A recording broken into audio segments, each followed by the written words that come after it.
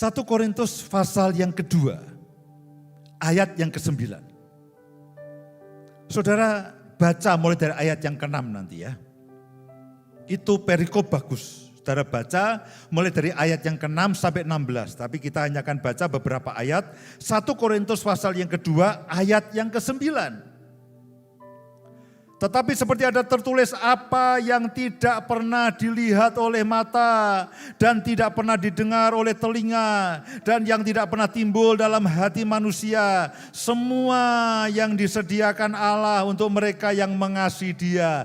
Saudara akan tahu alasannya kenapa yang disediakan Tuhan itu tidak pernah kita pikirkan. Saudara harus baca mulai dari ayat yang ke-6 sampai ayat yang ke-16. Saudara akan mengerti apa alasannya, apa yang tidak pernah kita pikirkan, tidak pernah muncul dalam hati kita, itu yang disediakan bagi Tuhan untuk saya dan saudara. Saudara akan tahu alasannya. Karena kepada kita Allah telah menyatakannya oleh Roh. Sebab Roh Kudus menyelidiki segala sesuatu, bahkan hal-hal yang tersembunyi dalam diri Allah. Inilah yang tidak dipahami oleh manusia. Karena Roh Kudus menyelidiki hal yang tersembunyi dalam diri Allah. Rencana kekalnya yang ajaib, berkatnya yang ajaib, dan itu akan diberikan untuk saudara dan saya. Saudara tidak akan pernah mengerti, saudara tidak akan pernah paham. Karena itu tersembunyi dalam diri Allah. Siapakah yang tahu? Roh Allah lah yang tahu. Siapakah yang mengerti dalam hidup manusia kecuali roh manusia? Demikian juga apakah yang kita ketahui daripada Allah selain roh Allah? Siapa gerangan di antara manusia yang tahu apa yang terdapat dalam diri manusia selain roh manusia sendiri yang ada di dalam dia? Demikian pula lah tidak ada orang yang tahu apa yang terdapat dalam diri Allah selain roh Allah. Perhatikan ayat berikutnya. Kita tidak menerima roh dunia, tetapi roh yang berasal dari Allah. Roh yang berasal daripada Allah inilah yang tahu apa yang ada di dalam pikiran Tuhan, apa yang ada di dalam batin Tuhan, apa yang ada di dalam hati Tuhan untuk saudara dan saya. Kita tidak menerima roh dunia, tetapi roh yang berasal dari Allah. Perhatikan baik-baik, supaya kita tahu, supaya saudara dan saya itu tahu apa yang dikaruniakan Allah kepada kita.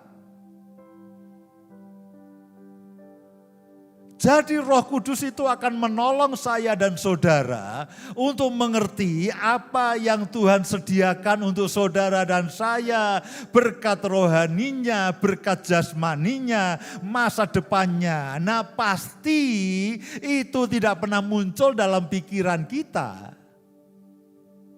Pasti itu tidak pernah terbersih dalam hati kita. Karena itu tersembunyi dalam hati Tuhan. Tersembunyi dalam pikiran Tuhan. Nah siapa yang memberitahukannya kepada saudara dan saya? Roh Kudus yang ada dalam hidup saudara dan saya. Dan saudara mengenalnya. Saya berharap pengertian ini akan menolong saudara dan saya. Mungkin terlalu padat. Terlalu banyak khotbah yang ayat yang saya sampaikan.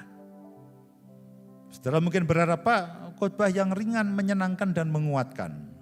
Oke. Tapi saudara perlu firman. Saudara perlu basic firman. Karena firman itulah yang menghidupkan.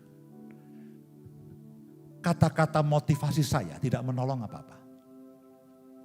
Kata-kata motivasi saya berganti setiap minggu.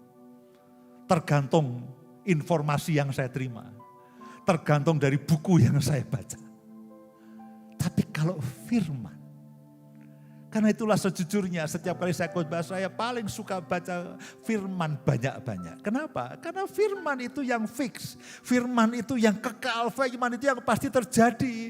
Motivasi dari manusia itu hari ini dimotivasi. Yang memotivasi juga sedang lokro dan sebagainya. Itu tidak ada powernya, tidak ada.